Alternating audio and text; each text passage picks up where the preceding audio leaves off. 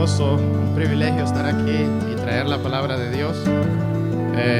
Como se habrán percatado, mi tema es la gran omisión o la gran comisión.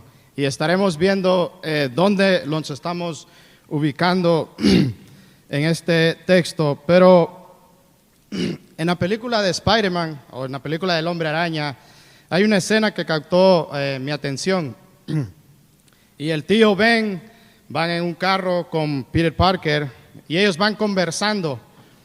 Y Peter Parker estaba haciendo las cosas no tan bien. Había tenido una pelea en el colegio.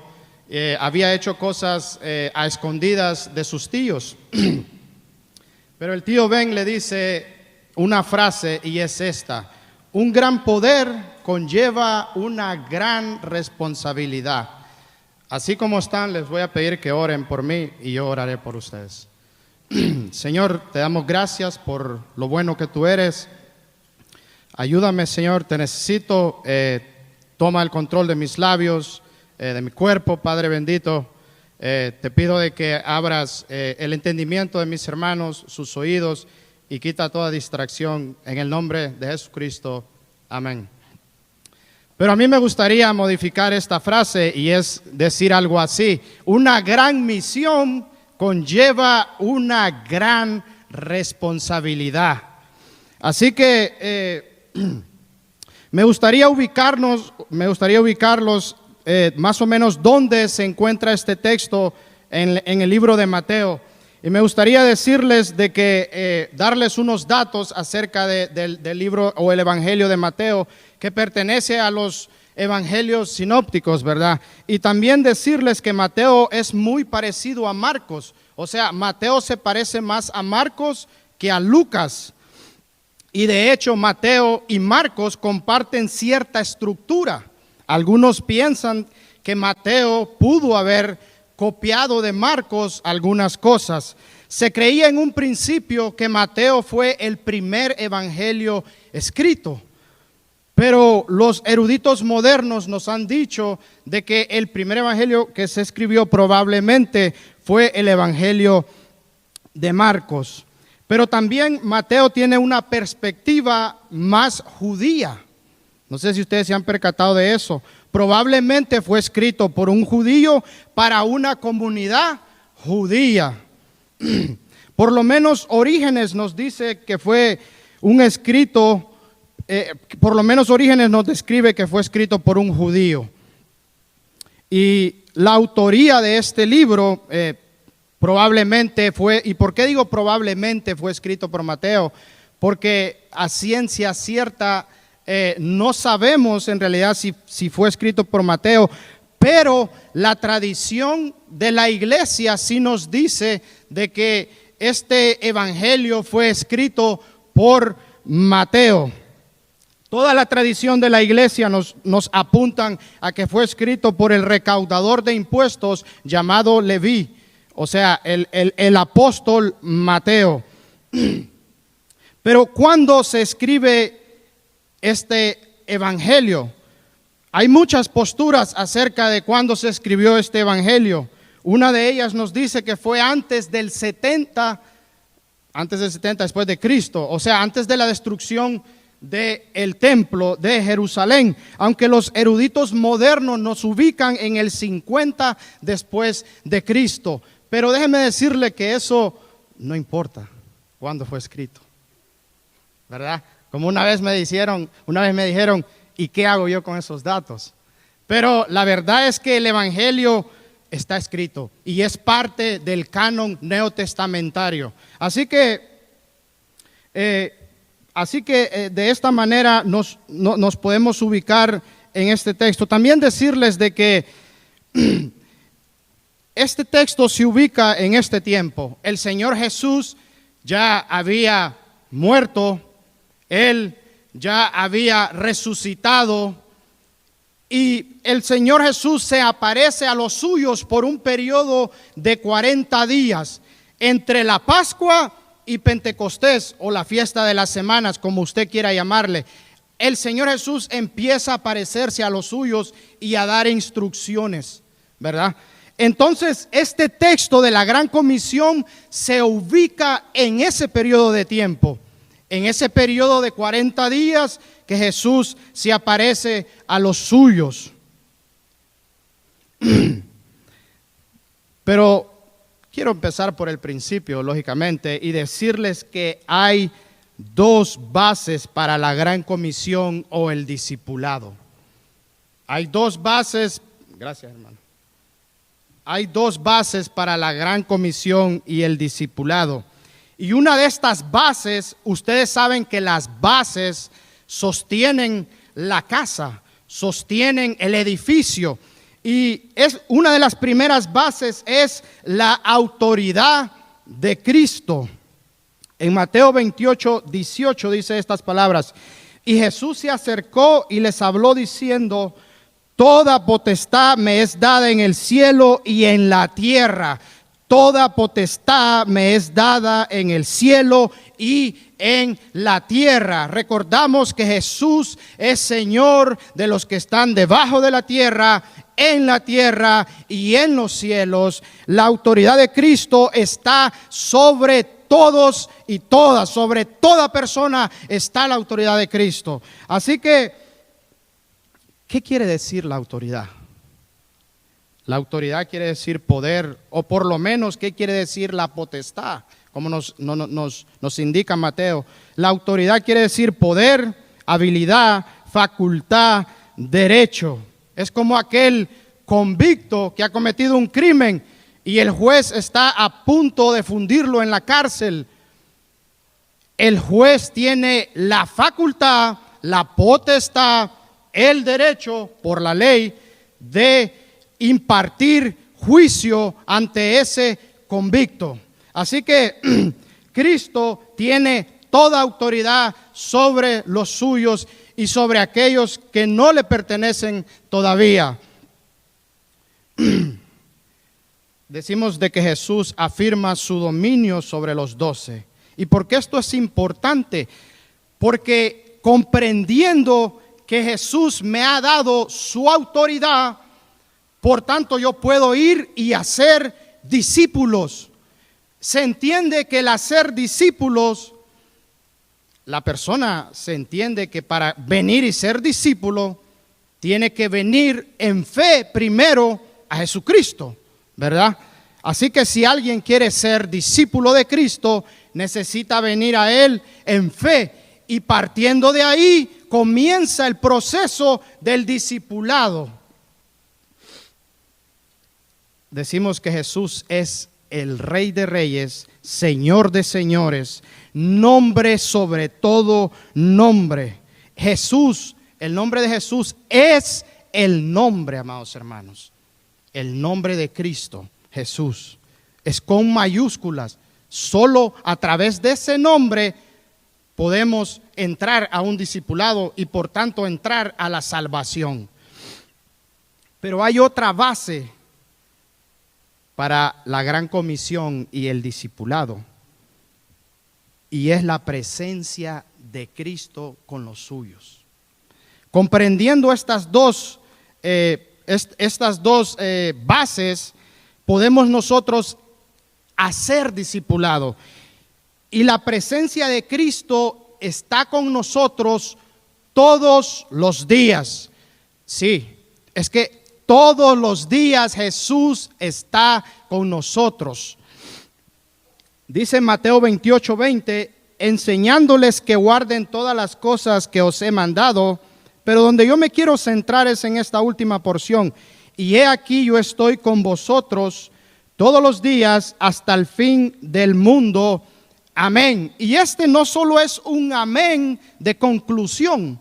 No. Es un amén de que Él promete estar con nosotros y todas las promesas en Jesús son amén. Por lo menos eso nos dice el apóstol Pablo cuando él escribe a los Corintios. Así que el Señor Jesús está con nosotros para que nosotros podamos hacer discipulado. Pero a veces, como discípulos, nuestras vidas reflejan que Cristo está caminando con nosotros. Deberían de reflejar nuestras vidas que Cristo vive en nosotros. Deberían nuestras vidas de ser luz, de ser sal de esta tierra y por tanto traer a aquellos que están en tinieblas a la luz de nuestro Señor Jesús, predicando el Evangelio. Sabiendo estas dos bases que les había dicho, tenemos que aclarar algo también, que el discipulado solo puede ser impartido por los mismos discípulos. Sí. O sea que una persona inconversa no puede venir a ejercer discipulado. No debiere, por lo menos no debiere de impartir el discipulado. Se entiende de que para que tú ejerzas discipulado sobre otro, necesitas tú mismo estar convencido de que eres un discípulo de Jesucristo. De lo contrario, un ciego no puede guiar a otro ciego. Así que un discípulo sí podría guiar a otro discípulo. Así que si tú quieres ser parte del discipulado cristiano y si tú no tienes a Jesús, yo te invito a que vengas a Cristo Jesús y comiences desde ahí para de esa manera ejercer discipulado. Pero ¿qué significa ser un discípulo? Sencillo. El discípulo es un aprendiz, el discípulo es un alumno, el discípulo es alguien que quiere imitar a su maestro. Sencillo. Ese es un discípulo. Entonces, el discípulo es esa persona que quiere hacer lo que su maestro hizo. Y en este caso, nuestro maestro es Jesús. Por tanto, queremos imitar sus pisadas. Queremos andar como Él anduvo. Queremos hacer, yo creo que ahí lo pongo entre corchetes, ¿verdad? Porque hay obras que Cristo hizo que no se van a repetir. Pero por lo menos el mandato de ir y hacer discípulos, creo que sí está a cargo de nosotros. Tenemos una gran misión y tenemos una gran responsabilidad, hermanos, discípulos de Cristo. Así que un discípulo es un alumno, un aprendiz. Pero, ¿qué involucra el discipulado? Porque el discipulado involucra varias cosas. Por lo menos en Mateo 28:19 dice, por tanto, id y haced discípulos a todas las naciones, bautizándolas en el nombre del Padre y del Hijo y del Espíritu Santo. Y ese por tanto es sumamente importante, porque en el versículo anterior Jesús nos dice que toda autoridad fue dada a Él. Y basado en eso, entonces yo voy a ser discípulos. Pero la importancia del texto no está tanto en ir, aunque muchos se concentran en esa parte de ir. Lo importante del texto está en que en que haciendo discípulos yo voy, yo bautizo y enseño. Y de esa manera hago discípulos. ¿Me entienden? O sea que así está el texto, por lo menos en la estructura del griego, ¿verdad? De que no es tanto el ir, sino es el hacer discípulos. Y haciendo discípulos, yo voy, yo bautizo y yo enseño. Amén. Pero Jesús nos llama a ir. Y hay un ejemplo que estaba leyendo el día de ayer, y es la persona de William Carey, o William Carey, no sé cómo ustedes lo quieran entender. Y esta fue una persona que nació el 17 de agosto de 1761 en Inglaterra. Trabajaba como zapatero a la edad de 14 años. Sí, a la edad de 14 años. Pero esta persona se convierte a Cristo. Un dato de esta persona: él era bautista como nosotros. era bautista y tenía un fuego, una pasión por el evangelismo. Y de hecho, uno de sus textos favoritos eran los de la Gran Comisión. Y esta persona, el 13 de junio de 1793, decide marcharse a la India. Toma toda su familia y dice, vamos a la India, no de paseo. No, ellos iban a la Gran Comisión en la India. Pero déjeme decirle que él tuvo su primer bautizado, ¿sabe a los cuántos años? A los 8 años de él estar en la India, tuvo su primer bautizado. Yo creo que Arnold Mejía Ortiz ya se hubiera desanimado. Me hubiera desanimado. Porque persistir 8 años para ver un converso es duro. Pero a lo que quiero llegar con esto es que ir nos va a incomodar. Porque para yo ir, me tengo que mover. Y tengo que gastar recursos a veces. Y tengo que dejar comodidades. Y tengo que hacer varias cosas. Por tanto, ir va a costar. ¿Ok? Y poniéndolo aquí a nuestro tiempo, viniendo del trabajo, venimos del trabajo los que trabajan, y a veces nos toca salir a hacer algo por la causa de Cristo y cuesta, porque no es fácil. Yo, Arnold, yo me quiero quedar en mi cama o en el mueble, por lo menos de pierna cruzada, ahí, tranquilito. Sí, así me quiero quedar yo. Pero decíamos que una gran misión conlleva una gran responsabilidad. Así que ir costará mucho.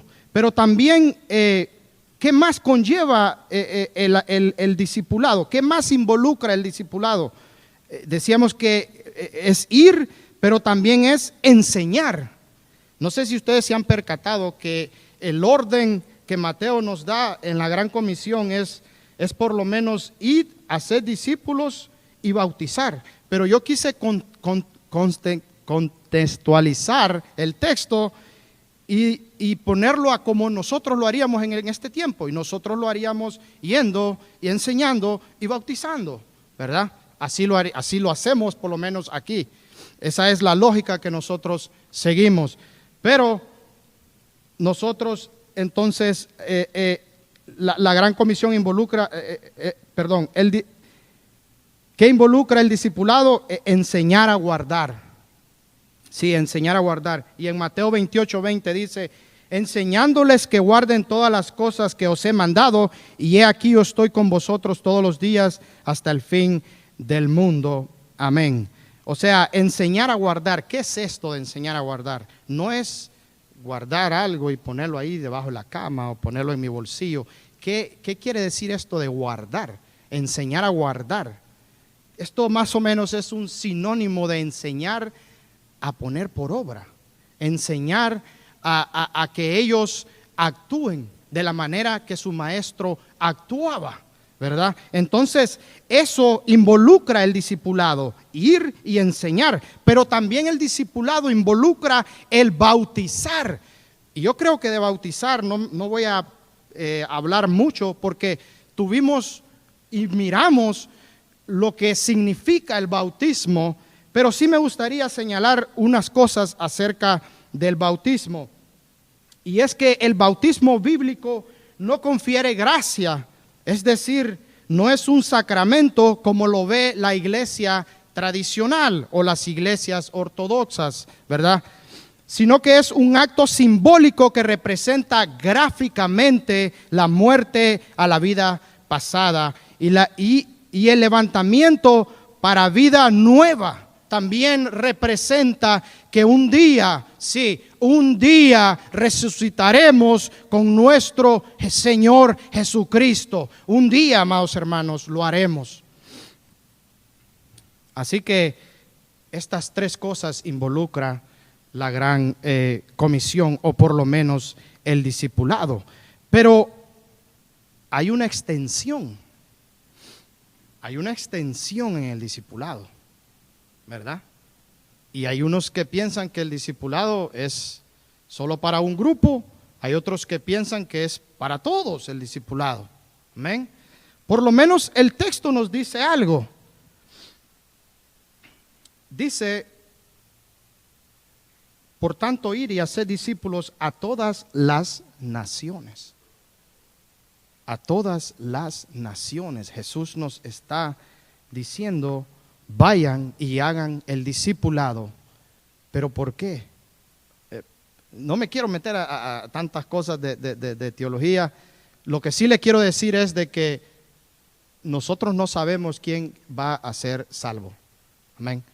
Y por tanto, como nosotros no somos el Espíritu Santo, lo que a nosotros nos queda es ir y enseñar y bautizar y hacer discípulos de esa manera.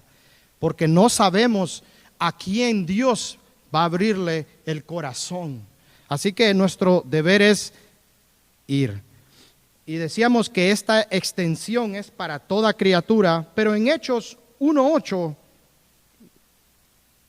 dice así: